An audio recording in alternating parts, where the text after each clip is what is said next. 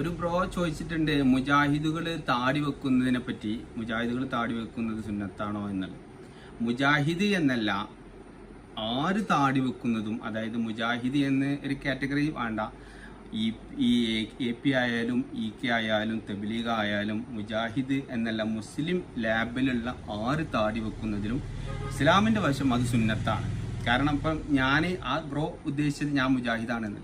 എന്നോട് ആരെങ്കിലും ഈ ഏതാണ് മുജാഹിദാണോ AP ആണോ എന്ന് ചോദിക്കുമ്പോൾ ഞാൻ പറയല് പിന്നെ ഖുറാനിലുള്ളൊരു ആയത്തിൻ്റെ അടിസ്ഥാനത്തിലാണ് ഞാൻ അതിന് റിപ്ലൈ കൊടുക്കല്. കാരണം എന്താ വെച്ചാൽ ഖുറാനിലുണ്ട് അമൻ അഹ്സന ഖൗലം മിമ്മൻ ദഅ ഇലല്ലാഹി വ അമില സ്വാലിഹൻ ഫഖാല ഇന്നനി മിനൽ മുസ്ലിമീൻ എന്നുള്ളൊരിതുണ്ട്. അപ്പോൾ ഞാൻ എന്നോട് ആരെങ്കിലും അങ്ങനെ പറയുകയാണെങ്കിൽ ഞാൻ മുജാഹിദാണോ AP ആണോ EK ആണോ തബ്ലീഗ് ആണോ ജമാഅത്ത് ഇസ്ലാമി ആണോ ഖാദിയാനി ആണോ എന്നതിലപ്പുറം